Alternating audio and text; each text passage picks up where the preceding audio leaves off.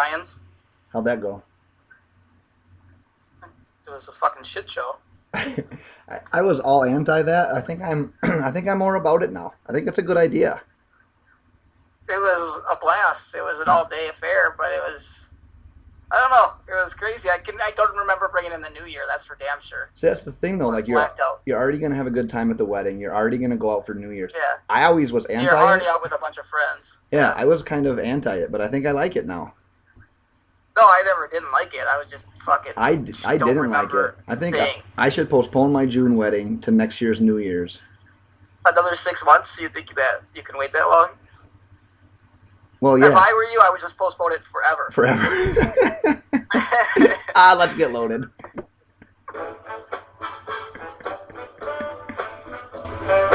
I love it.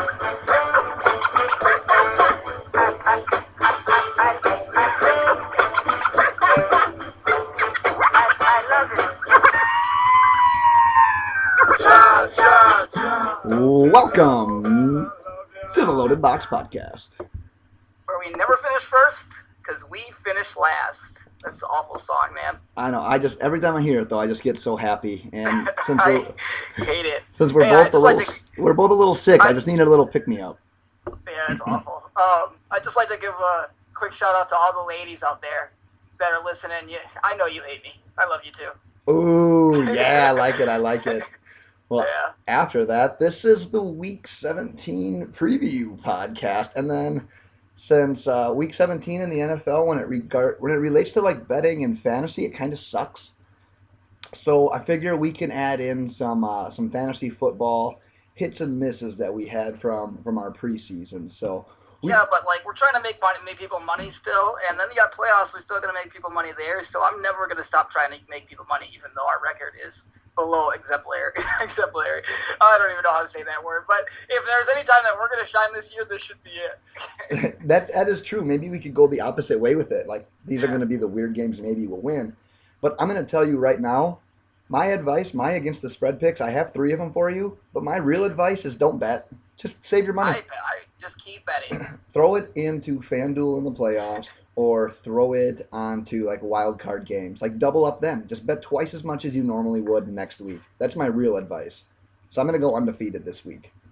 There's some games that matter out there, so. All right, well, kick it off. Pick 6 segment. Here you go. All right. I'm going right back to the well last week. The only team that I got to win with, Cincinnati plus 10 at Baltimore. Once again, they are playing their last game probably for Marvin Lewis. They didn't give up last week. They came through, beat Detroit as I predicted. And once again, I'm just going to go with the Thugs. You know what? You got to go with some Thugs. I'm going to take the Thugs. They're playing, again, in their last week with this coach against a rival who's trying to make it in the playoffs, and the Bengals want to spoil that. I'm taking the spoiler here in Cincinnati, taking down Butler. Butler. Baltimore. College basketball is up. Taking down Baltimore. I would love it. love them against Butler, but like Yeah, I them said, too. this is Week 17, so my take on this game is a hard pass. Let's go on to your next one. New Orleans, minus 6.5 at Tampa Bay. Saints have something to play for. Obviously, Tampa Bay is playing better, like I predicted the last 2 games, but the Saints are coming out and they're trying to play at home in their wild card game and win the division. This is a must-win game for them against a team with a very poor secondary that has a little bit of the ability to stop the run. So I think you'll see a lot more. I think Michael Thomas could have a big game here, and I think you're going to see a lot bigger game out of Drew Brees than what you've been seeing in general this year.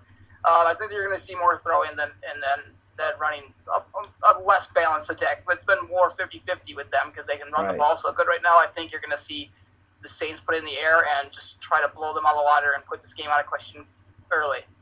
I like it. Once again, it's Week 17, so I'm going to just probably pass. You're such a bitch. Okay. Oh, I forgot to hit the mute button there. Yeah, me too. Taking Jacksonville plus 3 at Tennessee for my third pick here. Wait, Tennessee, let me cut in here real quick. So you saw Tennessee favored by 3 here? I think that's what I saw All when right. I was looking at it. I actually had to double check and triple check it when I was doing it, but it's at Tennessee. Okay, because I did mine and I have a different number, so I'll load it while you break it down. Okay, well, if it's minus 3, which is what I had it at, what I do this last night, it's plus 3 for Jacksonville. I just don't believe that Tennessee can make the playoffs. Like, they are the worst. They are so bad. Like, watching them every week is terrible. And I don't want to see them in the playoffs. I just can't do it. I think Jacksonville, after that loss last week, they get back on track. They come out. They dominate Tennessee in this game. I don't think they have anybody sitting out, and I think they're still playing for something as well, as far as seeding goes. So I like Jacksonville to win this game outright. All right, so this is one I do have a take. It is part of the 3 that I selected. Moreover, though, it is Week 17, so I'd probably pass. But Fuck off. but since you made me do this, I told you I didn't want to do picks this week, but you made me do it. And I'm going to differ with you on this one. I like Tennessee. I saw it at -6. Now that it's at -3, give me all of the Titans. This is where Jacksonville gets total control of their opponent. They can lose at Tennessee this week, and then the next week they can turn around and play them at home in the wild card game. So Jacksonville can literally show nothing this game, and it won't matter because it would be best for them to just tank this week and then take their chances versus the Titans at home again, rather than let a team like the Chargers in, who are better than the Titans. So I like the Titans. They want to leave the Titans in the playoffs? Let's allow them to make the playoffs? Absolutely. That's what I would do. I don't think that they're thinking like that at all. Well, that's next level thinking, and that's what I bring to the NFL. So, well, we disagree there. So I've got Tennessee -3. I've got the second one. I've got Atlanta -3.5 versus Carolina. I'll start this by saying it is Week 17, so I probably would just sit it out to begin with. I'm going to punch you so hard right in the little dick of yours. I just see the Saints beating Tampa, as you had talked about. I see the Saints then winning the division over the Panthers. So the final wild card is going to come down to Atlanta and Seattle. And I think this is just more of a must-win for Atlanta than it is for Carolina in their matchup. So I'm going to take the desperate team here. 3.5 scares me a little bit with Atlanta, but once again, I'd probably pass. But if you're making me do it, I'm taking 3.5, -3.5 Atlanta over Carolina. Yeah, I considered that one. See, I actually took this seriously. I considered that one. I do like Atlanta in this game, and a must-win at home. I have Atlanta making the playoffs, so I kind of feel like they have it because I do think that Seattle can beat Arizona, but I don't ever think. I can't guarantee that Seattle's ever going to win a game anymore. Right. But I do think that Seattle is going to win Arizona, so as far as our bucket goes, I have to have Atlanta win this game anyways. There you go. So I'm on their side. All right, well, we'll get to that. My third one here is the Washington Redskins -3 at the New York Giants. Once again, it's Week 17. I'd probably do a hard pass on all these games. For the sake of making me do this, I'm taking the Redskins -3. It's a meaningless game. Both games, you have the Giants. They didn't even score last week. I still like my prediction. I did a bold prediction last week that Davis Webb's going to end up getting some playing time one of these last 2 weeks. I heard that he is going to be active for this game. So, spoiler alert, that's my bold prediction. We're going to see some Davis Webb. Give me all of the Redskins here as long as it stays under 3.5. I like Cousins. Like the Redskins here. Cousins is going to want to put on one last show before this offseason again. He always is the center of the offseason with being tagged. Is he going to be signed by a different team? What's going to happen? So he's going to want to put on one more show. I think this is the easiest one of this terrible week. I comment on that. I do like the Cousins take having a big week this week, and I took one of his wide receivers for that reason. Nice. As far as FanDuel goes. Okay. Well, you kind of previewed the playoff bucket challenge, so let's move on to that. That's where we're adding teams, and at this point, we basically just have to pick the teams that we think are going to make the playoffs. Yep. So, I added the Bills. I already had the Chargers in my bucket. So my 6 teams left in the AFC are the Patriots, Steelers, Jaguars, Chiefs, Ravens, and the Titans. And you have the same left, except for the Titans, you have the Bills. Yep. And our NFC, we both looks like added the Lions. I also added the Seahawks. So we have the same exact teams in the NFC, those being the Eagles, Vikings, Rams, Saints, Panthers, and Falcons. So this imaginary bucket contest is literally going to come down to if the Titans make it, I'm going to win. And if the Bills make it, you're going to win. So, or if neither one of them make it, we're both screwed. No, you're going to beat me by 2 then, because you have me by 2 points right now. That's true. So if neither of them make it. But you like the Bills here.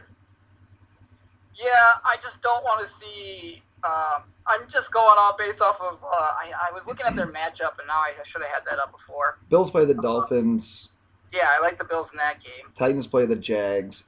And, Yeah, exactly. And I just talked about that game. I don't think the Titans win. I think they lose that game. That's why I had it that way. And I just don't want to see the Titans in the playoffs, period. So I'm just kind of going off of hope here. I just don't want to see them in the playoffs. I like watching it. Much rather watch Tyrod and LaShawn McCoy rather than a shitty Titans defense, a crappy Marcus Mariota throwing interceptions everywhere. With whoever they're playing, they're going to get blown out by in the first playoff matchup no matter what. Oh, yeah. It's going to be the worst wild card game. Like, the AFC wild card weekend is going to be unwatchable. It's going to be pretty bad. I agree with that. I have a blog coming out that's going to talk a little bit more about that. But, yeah, totally with you on that. A couple coming out. My theory, I told you why I like the Titans, because I think the Jags tank on purpose here. I think that's what it's going to be. So that's what it's going to come down to, Titans versus the Bills here. Before we move on to our daily fantasy picks, I had said on a podcast in the past that if you leave us a review on iTunes, you can search for Loaded Box on iTunes and get your podcast that way. Subscribe, rate, and review if you don't mind. That if you left a great review, that we would give you a shout out on the podcast. So I'd like to give a quick shout out here to one of our latest reviewers. Tree Farmer Jake says, "What a fucking loser name!" Hey, don't treat our audience like that. Come on. Sorry, it's just that name, Tree Farmer Jake. And I quote, "These guys do a great job of telling how most feel and say it in a way that most can relate to. Breakdowns games well and talks fantasy information and picks against the spread. Not getting rich, but entertaining." And that's end quote. And man, I just love the addition there of not getting rich. You made us own up to it this year. We didn't do great against the spread. We did pretty good the year before. So hopefully next year we can bounce back. Even in the playoffs, hopefully we can bounce back a little bit. But I love the humor. I love the jab there.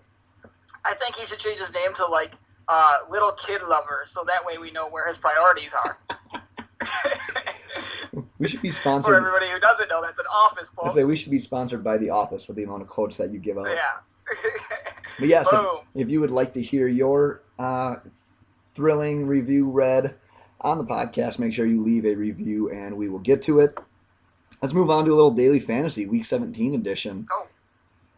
What do you have for your daily fantasy bargain stack of the week? Yeah, my sleeper stack here. I love me some Tyrod Taylor, 7,300 at Miami, stacked with a little bit of Charles Clay, who is hampered with a little bit of injury, but looks like he's going to play 5,600 at Miami. Big game for Buffalo, must win in Miami, so the weather is going to be good, so probably going to be good, I assume. There's no hurricanes coming through as far as I've heard. But against a secondary that, or a defense in general that you've claimed week after week really struggles against tight ends. Oh, yeah. Plus, I think that they're going to struggle against the run because they have Ndamukong Suh, and I think Miami actually stops the run pretty well. So that's going to have to make them pass the ball a little bit more, and I think their best opportunity to run the ball is going to be Tyrod Taylor making plays, getting in the pocket, running around, and fighting guys like Charles Clay. I thought about looking at their wide receivers, but I realized I didn't really know many of their wide receivers. I don't like Jordan Matthews. I don't really like Zay Jones. I don't want any of them. I'm going to stack them with their best wide receiver in Charles Clay, their tight end. Yeah, the good thing you have here with Buffalo, too, is they are clearly the team that has more motivation in this game. Miami's basically playing spoiler. You nailed it on the head. Bills need to win if they have any chance of making it in. So, yeah, I like the idea of if you're going to go with stacking guys in a team with a team that needs to win. That's what I did as well. I ended up going with the more expensive one. Mine is with the Chargers. Phillip Rivers, 8,300. Keenan Allen, 8,600. You're really banking on this stack if you use it because of how expensive it is. But after that heater that Keenan Allen went on for like 4 weeks, he's had 2 straight games under 10 points, but I really think that streak ends this week.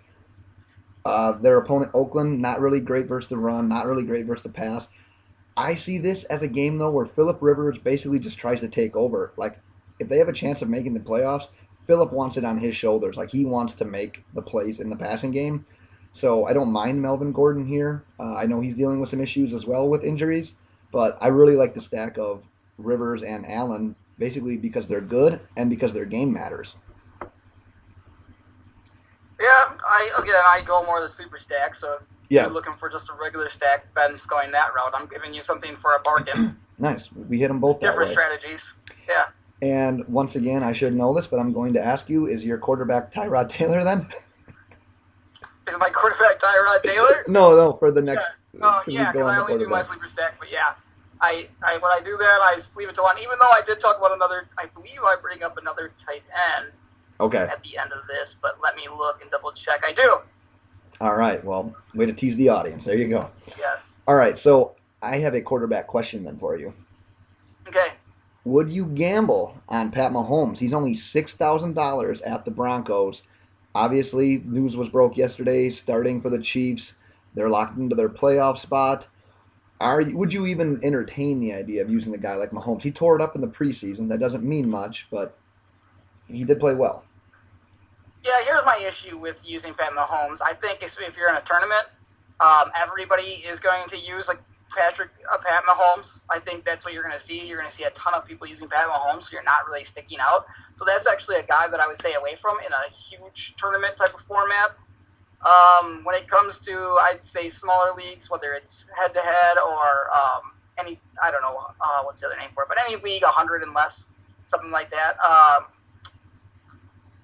I would try to find somebody in a better matchup who's a little bit more money than taking a wild guess on Pat Mahomes. So basically, no, I'm not using Pat Mahomes in either format in this one. Yeah, I wouldn't mind him in like a really cheap matchup just to try it. Because 6,000 Sure.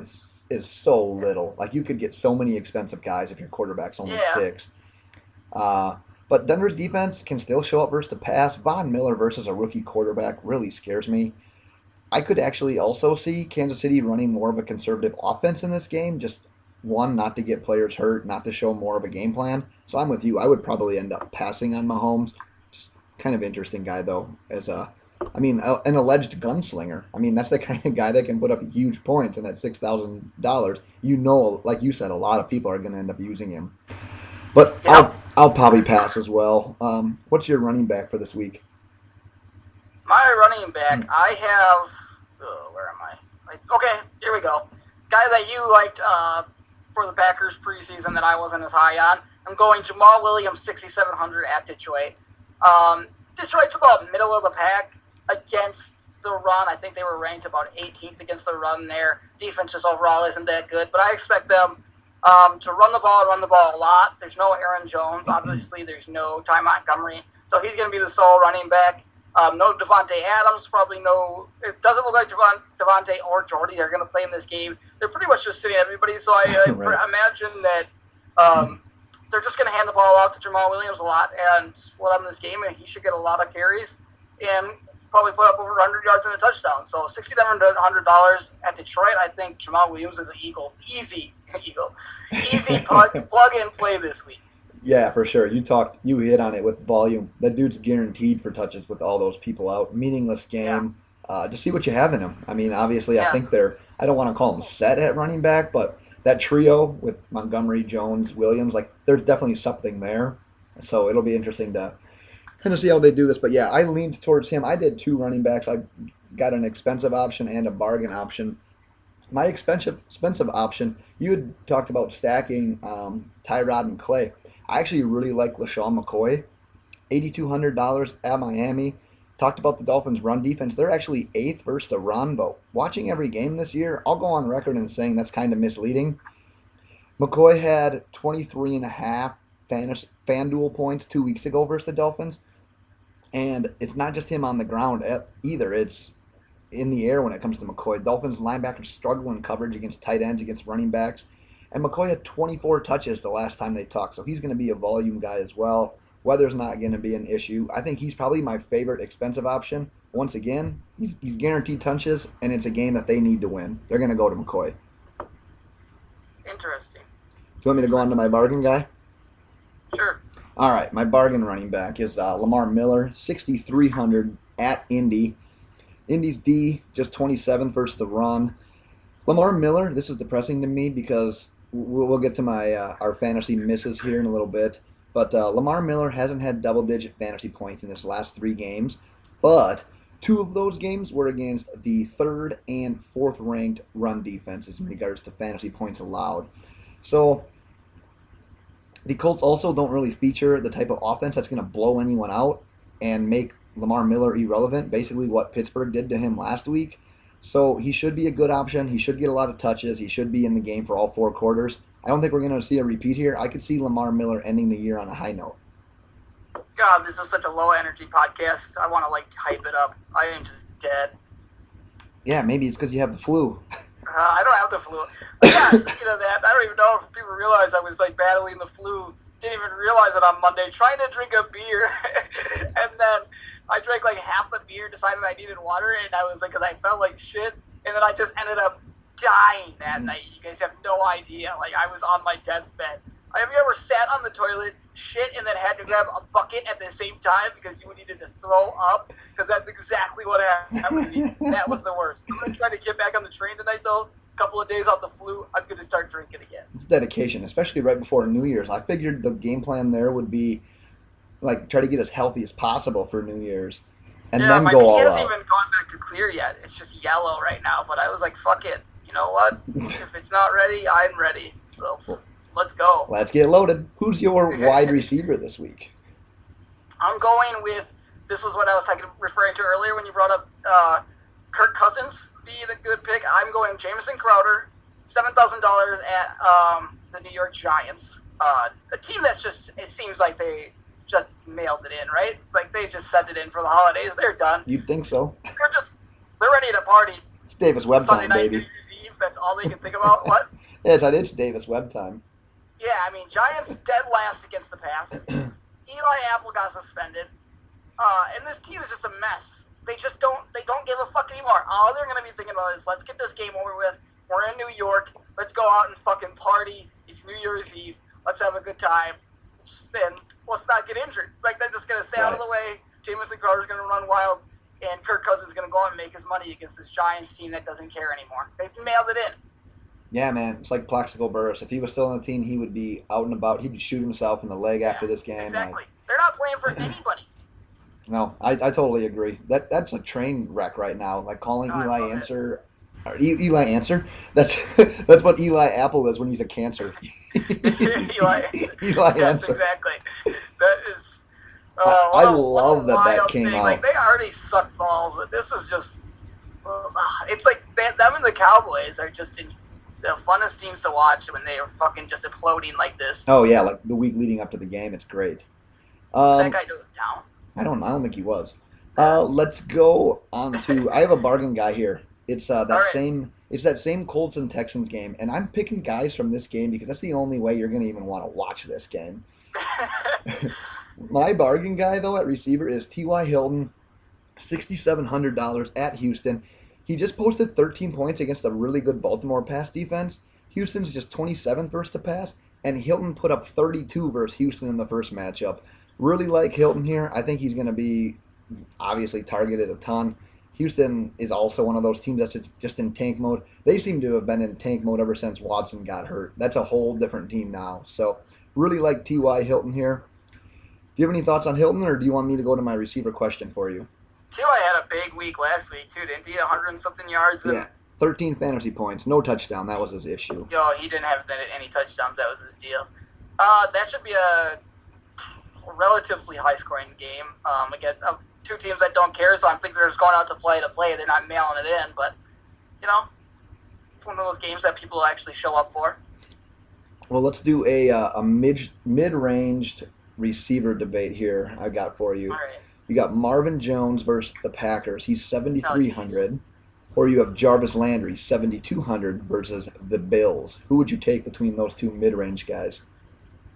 Well, Marvin Jones went on that, 5 to 6 week streak where he was just hot as hell. Yeah. Kind of cooled down, I think, basically because Stafford has cooled down since then. Jarvis Landry, I don't know how Jarvis Landry's been playing. I don't pay attention to him as much as I think what you have, but I know it can't be that good because I haven't heard that much.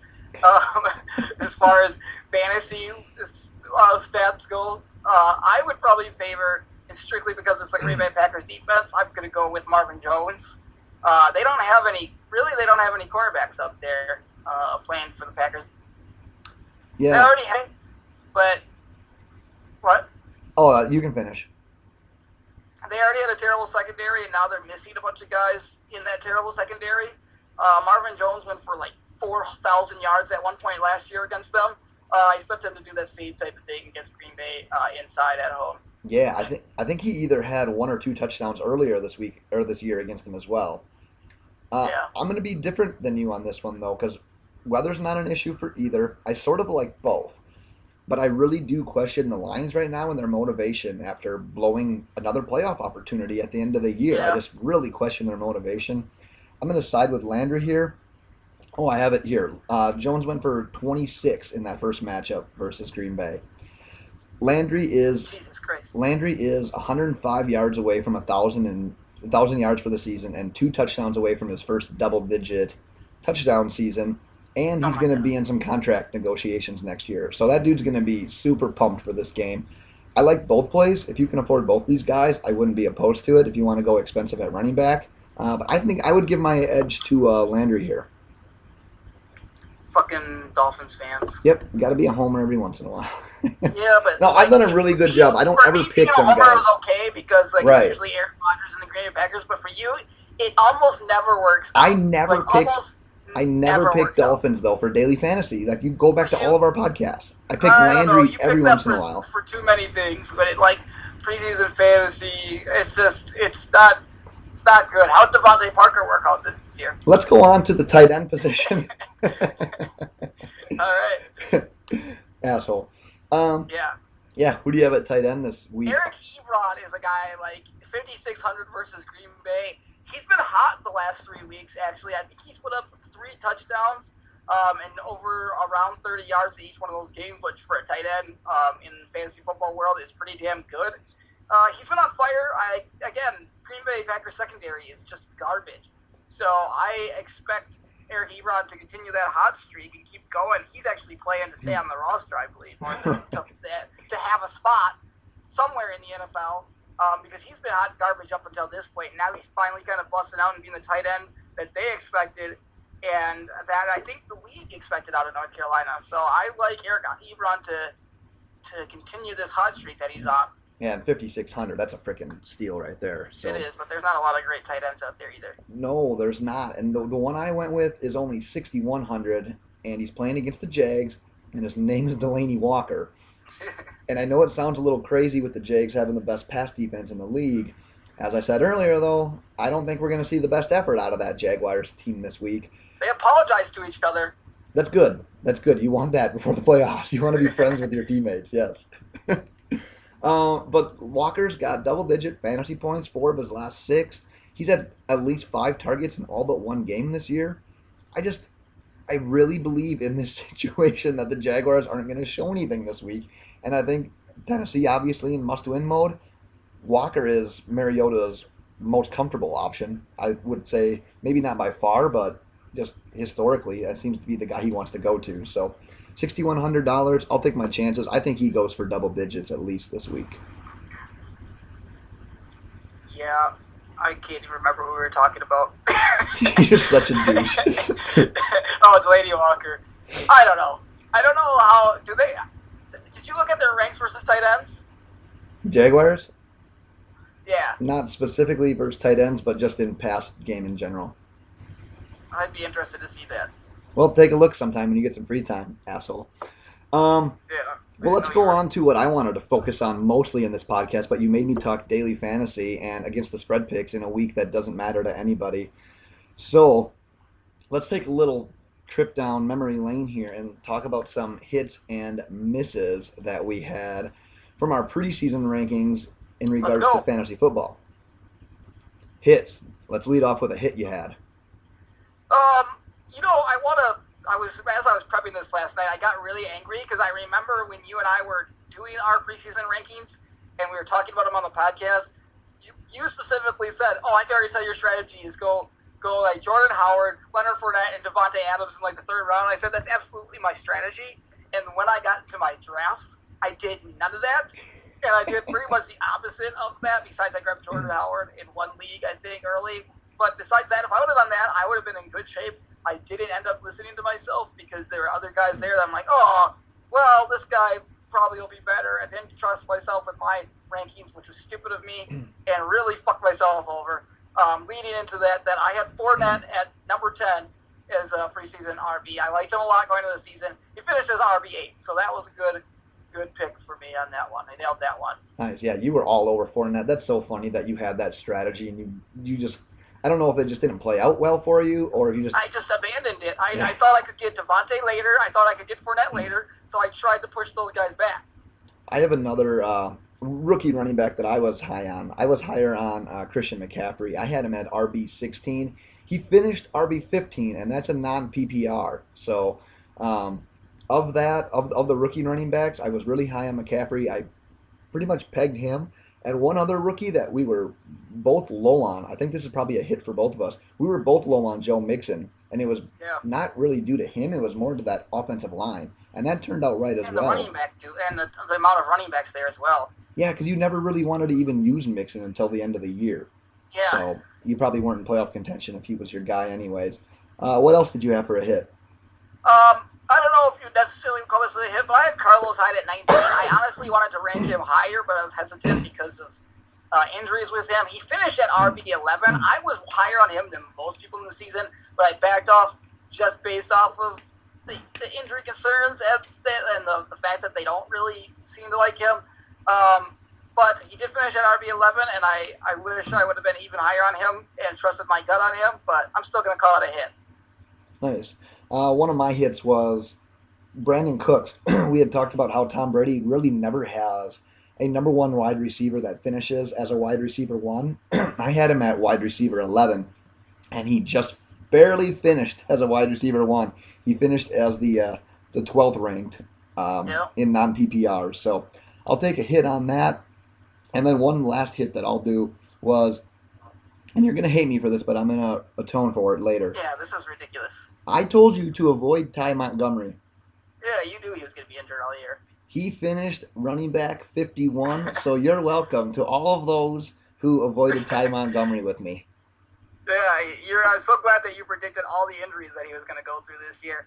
Because when he was healthy, he was playing extremely well. He was doing okay. I don't want to say he was doing extremely well. He was doing really well, and especially with Aaron Rodgers, it's just, you can't predict the fact that Aaron Rodgers was going to get hurt, and then Montgomery was going to suffer the injuries as well. But great job. Is it fair I don't think you should end. Is it fair to say that Ty Montgomery is a better running back when Aaron Rodgers is playing than if he would have been healthy and Rodgers would have been out? Like, you know what I'm trying to say there? I think he could have helped. I think he would have helped, actually, Hundley especially, in a lot of situations, because he would have been that check-down guy a lot that he would have been able to throw to, that running back. I think that's where his wide receiver skill would have came in handy, where Hundley wasn't throwing it down the field. Right, that is true. All. Jordy wasn't getting open. He wasn't throwing it on the field, so I think he would have thrown it a ton to Montgomery if he would have been out there. I just thought maybe like Montgomery's skill set suited playing with Rodgers better than it did as like an every down running back, like what Aaron Jones and Jamal Williams were asked to do. But they were catching balls too. Yeah, so. But I think as far as throwing it wise, Ty Montgomery would have caught a lot of balls. Yeah. What other hits did you have this year? I have a few more here. I hated J.J. You hated did. Him. You did. And he finished as RB, or he's right now finishing as RB29. I'm just going to count this as the end. So finish as RB29 on the season. Keenan Allen, I had him okay, ranked let me jump in here once, because you give me shit for, oh, you can't predict an injury. Well, how are you going to predict that he was going to go to an offense with the Eagles that have 107 running backs on the roster? Well, he played the whole year, though, so whatever. It doesn't matter. Okay, I just wanted to get that jab in there because I feel like it goes both ways. I don't think it does at all. I saw he was good at Miami. No, not really. I had Keenan Allen at wide receiver 10. He finished at wide receiver 4. Mitchell Renz was actually really close with that, finishing at wide receiver as the number one wide receiver overall, and he might have been in PPRs. I didn't look at his finish in PPRs, but I'm sure he was probably around number 2. I'm assuming Antonio Brown's the number 1 wide receiver in PPR league. Keenan Allen was probably a close number 2 there. And then my most exciting one was having Devontae Adams, where everybody had him ranked in the 20s, and I was trying to argue and fight. And I'm like, why aren't you guys listening to me? He was in the top 10 last year. I had him ranked at wide receiver number 8, and he finished at, can you give me a drum roll? He finished as wide receiver 8. Nailed that one right on the head. So I'm really excited about that one. And I'm always going to say when I talk about Packer players, you should probably listen to me.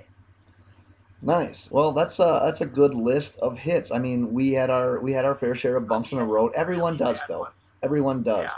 And so this is the most entertaining part. I like hitting on the misses too because I want to own up to them. I'm not Yeah, perfect. absolutely. I never claim to be an expert. I watch a lot of football. I understand the game. I have a good grasp on things, but I'll miss. I am going to miss, damn it. And I'm proud of Sure. my misses. Sure. So my first miss, and this is the one that upsets me the most. It's not a terrible miss, but my bold prediction at running back was that Lamar Miller would finish in the top 6 or 7, and he finished as RB 12. So he was borderline RB 1, RB 2, but didn't quite make it into my top 6. So I'm a little upset that my bold prediction did not come true. They didn't utilize him. The team sucked when Watson was out. I have a little bit of a excuse there, but I I apologize think for being so high on Lamar Miller. I think if he would have finished worse, if Deontay Foreman would have played the whole year. Yeah, that's another way to look at it as well. Yeah. I'll do one more miss here. This is a crazy one.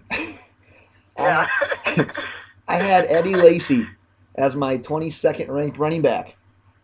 Yep. Fuck me because he finished as the 90th ranked running back. Yeah, I don't think I had him. I think I had him probably around there, maybe a little bit lower. No matter what, if you ranked him inside the top 30, you really missed there. I remember you warning me about that Seahawks offensive line, but my idea was Yeah. like, okay, they're still going to be good on offense. He's still going to get the touchdowns at the goal line, and it just didn't work out. No, So, I mean, they didn't. They don't know how to play. They don't have running backs there. nope, I'm going to chalk that one up Russell on a Wilson. loss. Let's go into your Yep. first miss because I'm gonna be on that same boat with you. Yeah, I started with wide receivers because I was already on wide receivers when I finished my hits. So I really missed on Tyreek Hill. I mean, we really missed on Tyreek Hill, big time. But one of my arguments was, and I'm gonna live and die by this, the rest of his career because he kind of proved a point to me. Like even though he finished at number 4, I believe it was, he proved a point to me here. He was the most like you don't know what to get from him from week to week. He would be. I had this up yesterday. It was like 15 points, 2 points, 14 points, 2 points, 17 points, 3 points, and then he went on like a 30 point, 4 point, 6 point, 7 point, and then 15 point. There's a Like lot of numbers. yeah, but it was like that. Oh, like you can't expect you got to have a guy that's heavy 10, like a consistent guy, a guy who's consistently going to put up numbers for you. And he just wasn't and isn't that guy. Our argument was he's just a guy who runs straight up fly routes, and everybody else's argument was, no, he's an actual wide receiver who can run good routes, make plays. But if you watch Tyreek Hill, the only times, like the only plays that he made were like he was a boom or bust guy. He had a long touchdown, like it would be a big play, a long fly route, a long something. And they were all set up by the good running of Kareem Hunt. So when Kareem Hunt was playing well, they were able to run play action, and Tyreek Hill could just run straight. I don't know how many balls he dropped this year, but I recall him dropping a lot. He started So I really don't bad feel with bad his about drops. Yeah, What? he started really What? bad with his drops. Yeah, so I don't feel bad about this at all. I really don't. He kind of proved a point. The fact that all he is good at is running really fast and catching the ball on deep plays because he was not just an all-around good wide receiver at all. My biggest beef with Tyreek Hill was I was hoping that he would kind of struggle a little bit this year, and then he wouldn't like his average draft position would drop a bunch. And then Yeah. if Mahomes came in next year, I really liked that pairing, and I was going to jump on the Tyreek Hill bandwagon in 2018. But man, he's going to get drafted so high. Like you said, he finished as like a top 5 wide receiver this year in Yeah. fantasy. So yeah, there's no way that I'll probably end up even with him next year because he's going to get drafted I'll so eat high. it. I don't care, but I think he proved a point that we were making about him as well. Yep. We already talked about Ajayi. I said he would finish as an RB1. He finished as an RB3. One receiver that I'll own up to was really high on Amari Cooper. I had him ranked as my 8th receiver. Finished at 37th. That team just in general is disappointing, but man, 2 of my teams literally sunk with Amari Cooper this year. So I wanted to apologize and own up to that one as well. Yeah, I also missed a big time on a wide receiver. It was Martavis Bryant. I believe I didn't even write down these numbers. I was so upset about it. I believe I had him ranked somewhere in the top 15. Oh, He went Martavis. from like being probably one of the highest, like one of the biggest like jumps for everybody to like getting suspended and like doing nothing the entire year this year, so that was a waste of a draft pick, that guy. I went boom in one league. I drafted Amari Cooper and Martavis Bryant as my number 1 and 2 wide receivers. So Yeah. you can tell how I finished in that one. So Yeah, it didn't go well. I'll eat it with Martavis Bryant as well. Do you have anyone else? Yeah, I had 2 more. I had Lynch ranked at 11. Marshawn Lynch ranked at 11. He finished at RB 21. I'm sorry about that. RB 21. So that was a miss. He was a lot worse than I thought he was going to be this year. And the biggest miss of the year I had, and I hate this one. This one I'm the most pissed off about because I was so high on this guy going into the season, and I was buying into that coach talk, buying into the Cleveland Brown offensive line. I had Isaiah Crowell ranked at running back number 7, and he finished as running back number 28. And that is just like shot to my heart. And you could see the flashes. If they would have just gave him the ball consistently, he could have had some big games. But they preferred to let Deshaun Kaiser throw interception after interception after interception in the red zone, and QB sneak it at the 1. I tried warning you about that, man. I said if they're going to be going with these quarterbacks, they're going to be down a lot. He's not going to get the ball. And you took the bait. Duke Johnson finished higher. Duke Johnson did finish higher. Yeah. You took the coach talk bait, and your fantasy team sunk with it if you ended up with him. So everyone has their hits and misses. I like that we can own up to them. We like to have a good time with it. So Isaiah Crowell was the death of me. I guarantee I'd never draft that fucking guy again. Yep, done with it. That's one of those guys where it's like, I don't care. Like, Matt Ryan, for me, I'm never drafting him again. Thank God. Yeah. After he proved me right again this year, after everybody thought he proved them right of being good last year, Crowell's never going to be on a fantasy team of mine. Nope. You have people like that, man. They burn you. Yeah. See ya. You have anything else you want to add, or do you want to do a bold prediction for Week 17? Or I don't even have a bold prediction this week. all right, I'm sticking with mine. Davis Webb is going to see some action. Giants are going to be disappointed. They are going to remain in the hunt for a quarterback this offseason. Before we let you go, Oh, I didn't do it. I got a shit's got to go this week. you have a shit's got to go. We're bringing it back. Yeah. Well, I was going to do it last week, but my wife was in the basement, so I didn't want to do it in front of her. I can't wait.